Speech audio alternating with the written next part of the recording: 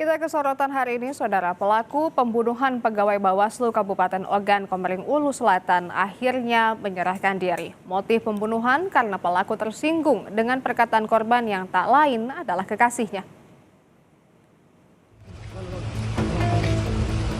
Misteri pembunuhan Maria Simaremare, pegawai Bawaslu Kabupaten Ogan, Komering Ulu Selatan, Sumatera Selatan, akhirnya terjawab. Pelaku yang diketahui bernama Suharlan yang sempat kabur menyerahkan diri ke Polsek Sukarami. Pelaku merupakan kekasih korban yang sudah menjalin hubungan selama 3 tahun lamanya. Sebelum kejadian, keduanya sempat terlibat cekcok dan pelaku tersinggung dengan perkataan korban. Hingga akhirnya pelaku melukai korban hingga tewas. Kemudian pelaku kabur dengan membawa sejumlah barang berharga milik korban. Yang bersangkutan menyatakan yang mana tadi kita katakan itu ada hubungan asmara di antara mereka berdua dan sudah berjalan sekitar kurang lebih 3 tahun. Ada kata-kata ataupun ucapan dari si korban yang membuat si tersangka ini tersinggung. Lalu tersinggung, terjadilah peristiwa tersebut.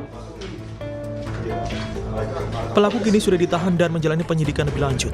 Atas perbuatannya, pelaku terancam hukuman penjara seumur hidup. Sebelumnya, staf Bawaslu di Oku Selatan, Sumatera Selatan, Maria, ditemukan tewas di rumahnya. Korban tewas dengan luka di bagian lehernya. Jasad korban ditemukan setelah keluarga curiga karena korban beberapa hari tidak keluar rumah. Saat itu, pihak keluarga juga memanggilnya, namun tidak ada jawaban. Reski Oktora, Muklas Diferensial, Kompas TV Palembang, Sumatera Selatan. Innalillahi wa inna ilaihi raji'un. Ya Allah.